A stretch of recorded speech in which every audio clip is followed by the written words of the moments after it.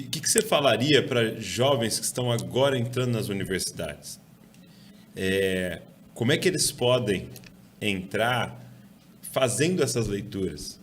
Entendeu? Para que a gente não caia em nenhum dos dois extremos, né? De uma secularização, e eu vou fazer meu curso lá para ganhar dinheiro e tal, e nem para, né, entrar numa bolha ali, né, e não querer se envolver com o que está acontecendo.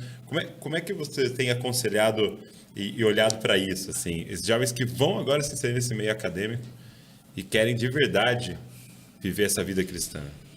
Então, isso não é fácil, realmente. Eu sei que é um grande desafio e não tem caminhos prontos. Mas eu tenho alguns conselhos, sabe? Sim. Acho que a primeira coisa que eu acho que é importante é entender que não dá para fazer isso sozinho. Tá. Presença cristã pública não pode ser individual. Ok. Vejam, é claro que se não tem mais ninguém com você, você vai fazer individualmente. Mas no mundo contemporâneo, a gente tem esferas, campos sociais, né? Os sociólogos até estudam isso, né? Quem gosta de sociologia, tem um cara que chama Pierre Bourdieu, que ele fala dos campos. Então, você tem os campos científicos, né? Você tem, Veluz fala dos campos afetivos, né? A classe psicológica, a classe pedagógica e tal. Você tem o campo jornalístico, você tem campos. E esses campos funcionam como comunidades produtivas. E elas funcionam ao redor de bens.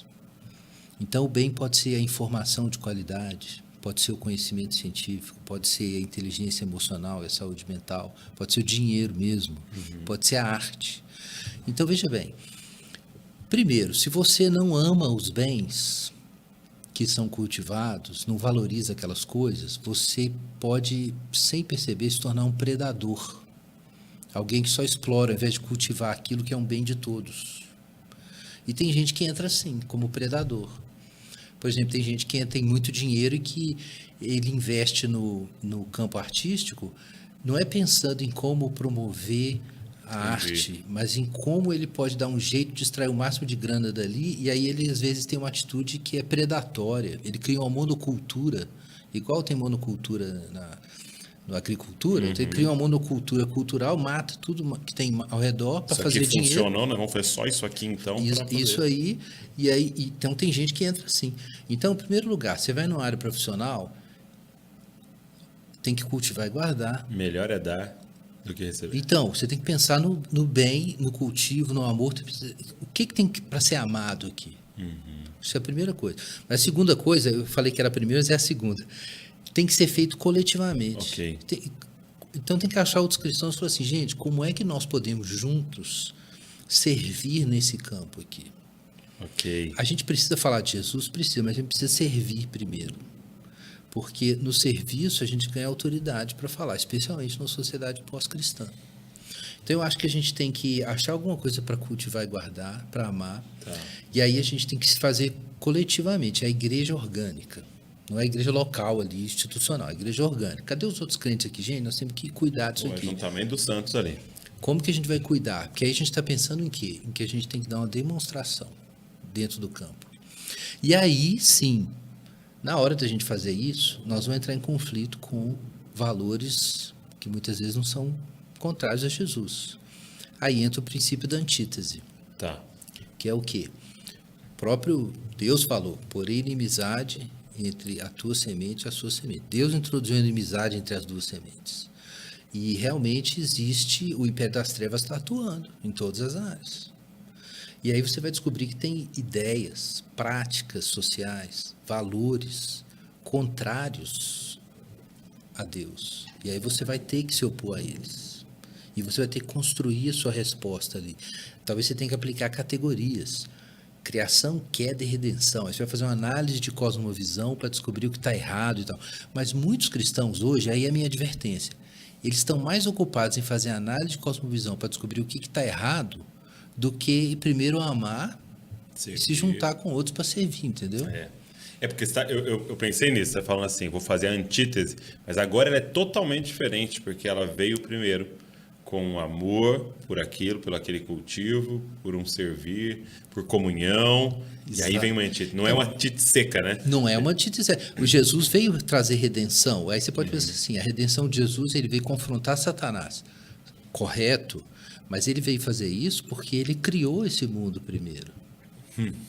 E ele já amava esse mundo primeiro. Sim. Então a gente não pode ter uma prática que só tem antítese, sabe?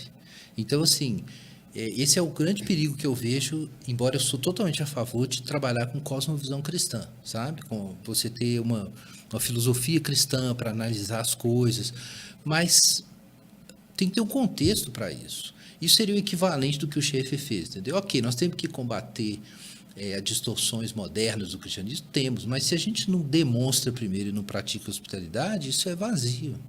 Ele falava que ortodoxia sem amor é a coisa mais feia do mundo, né? O Schaeffer tem essa frase dele. Porque se você pensar, por exemplo, a mensagem de Jesus, ela condenava o estilo de vida da prostituta.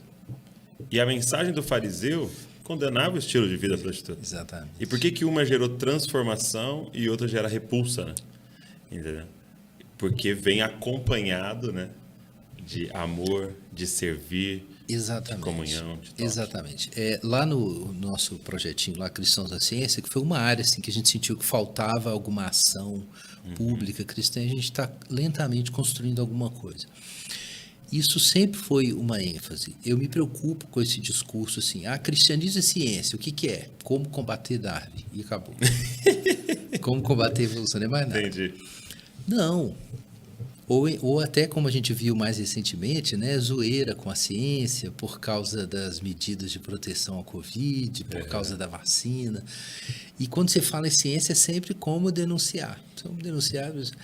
Tem como a gente ter uma influência no campo científico se a pessoa não olha e fala assim, cara, esses caras amam a ciência. Primeiro, amam a ciência. Amam a vida no laboratório, amam a descoberta científica, amam a história da ciência, Sim. amam a astronomia, Ok. entendeu? Amam a vida científica.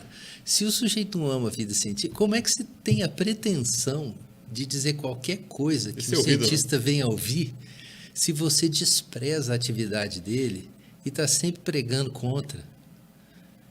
E está demais isso no Brasil. Supostamente interação diferente. Isso não é interação. E a mesma coisa tem que ser feita em outras áreas. Eu não estou dizendo que a gente tem que ser servilista e fingir de besta quando tem coisa que a gente diverge. Né? Então, você vai estudar psicologia ou vai estudar sociologia, então vai chegar um monte de coisa narrativa ali que a gente é frontalmente oposto. E a gente não tem que mudar de posição, não.